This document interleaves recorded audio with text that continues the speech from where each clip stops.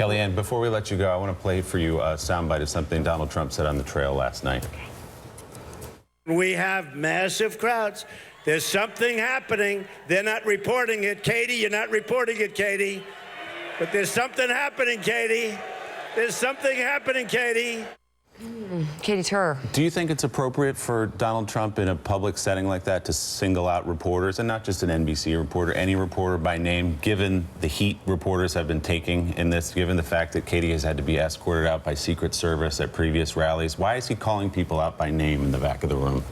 Well, he obviously didn't mean it in any malicious way. You heard what he said, but I've spoken to NBC News about that issue, and I'll leave it there. Would you like to shed any light on it? No. Sorry.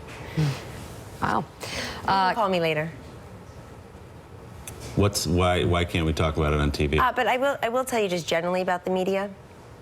You saw the polls. I hope you saw them this week that by a margin of 10 to 1, that's kind of way outside the margin of error. By a margin of 10 to 1, Americans think the media want Hillary Clinton to win.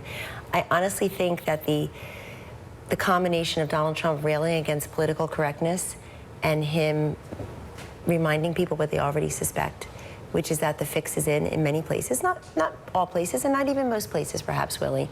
But people are so tired of being told what to think, how to act, what to do. Wait, how does that connect with Katie Tur, though? It connects with the media generally. That is one of his biggest affirmative I have never talking seen in points, her which is- reporting her telling anyone how to think. No, Ever, no, once. This is not about Katie. I'm extrapolating onto one of his major, compelling, and successful messaging points throughout this whole campaign, Mika, which is, don't let the establishment define you and tell you. And that really was the magic in the primaries, frankly. If you combine Ted Cruz, Donald Trump, and Ben Carson in the primaries, you're over 72% of the voters, so because they were all against establishment organizations.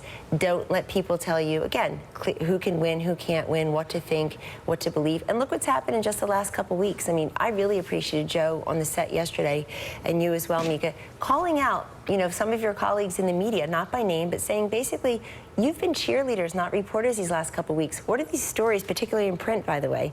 And then they're repeated on TV. The race is over.